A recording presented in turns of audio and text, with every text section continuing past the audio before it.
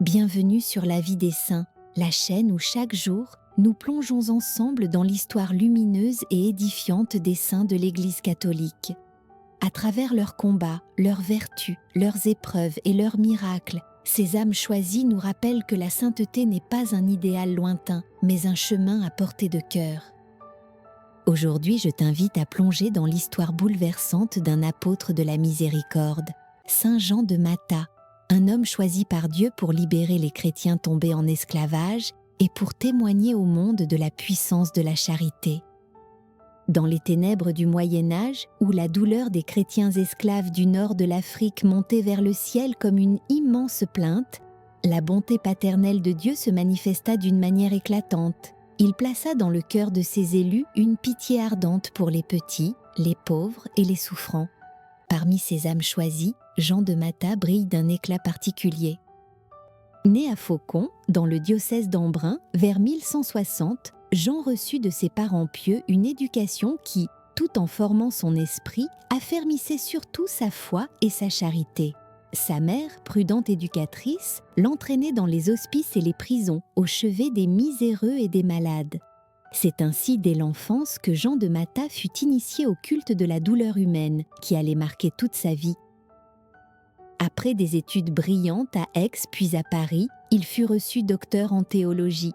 Mais Dieu l'appelait plus haut encore. Lors de sa première messe, Jean fut ravi en extase et vit un ange vêtu de blanc, portant sur sa poitrine une croix rouge et bleue et étendant ses mains sur 2 captifs prosternés. Ce signe céleste bouleversa sa destinée. Sur les conseils des sages, il se rendit à Rome pour en rendre compte au pape Célestin III. En chemin, la Providence lui fit rencontrer un saint ermite, retiré depuis plus de 20 ans dans la solitude de Cerfroid, Félix de Valois. Ensemble, ils prièrent, jeûnèrent et méditèrent 3 longues années, avant de comprendre que Dieu les appelait à fonder un ordre nouveau, voué à la rédemption des captifs. Leur projet fut béni à Rome par le pape Innocent III, ancien condisciple de Jean à l'Université de Paris. Une vision, survenue durant une messe solennelle, confirma leur vocation.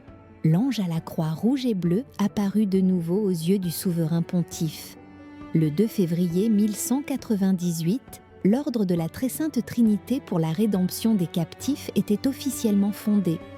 Jean et Félix, remplis d'un zèle apostolique, établirent leur première communauté à Cerfroid. Là, ils formèrent des religieux à la charité héroïque, au renoncement, à la patience sans bornes que réclamerait l'œuvre immense de libération. Bientôt, les premiers frères de la Trinité partirent à travers les mers, bravant 1000 périls pour racheter les esclaves chrétiens. Une première expédition au Maroc permit de sauver 186 captifs. Mais Jean, attentif à la misère de ces âmes brisées, comprit qu'il ne suffisait pas de racheter des corps. Il fallait aussi secourir des vies. Il fonda la confrérie de la Sainte Trinité pour récolter des aumônes, nourrir les libérés, les guider vers leur patrie et leur redonner la dignité du travail. Cependant, l'ardeur de Jean ne se satisfaisait pas de l'œuvre commencée. Il voulut partager les dangers de ses frères et se rendit lui-même en Afrique. À Tunis, il connut l'atrocité des coups, la spoliation, l'humiliation. Mais par sa ténacité invincible, il libéra encore d'innombrables âmes désespérées. Malgré les trahisons, les rançons décuplées, les violences de la populace, Jean, soutenu par la grâce, ramenait les captifs vers la liberté, parfois au prix de miracles éclatants, comme cette traversée miraculeuse vers Ostie sur un navire dévasté. De retour à Rome, Jean de Matha ne ralentit pas son élan. Il fonda de nombreuses maisons de son ordre, lia de précieuses alliances avec les rois de France, de Castille et d'Aragon, et reçut d'Innocent 3 d'importantes missions diplomatiques. Sa parole ferme et lumineuse rétablit la paix en Dalmatie et en Serbie.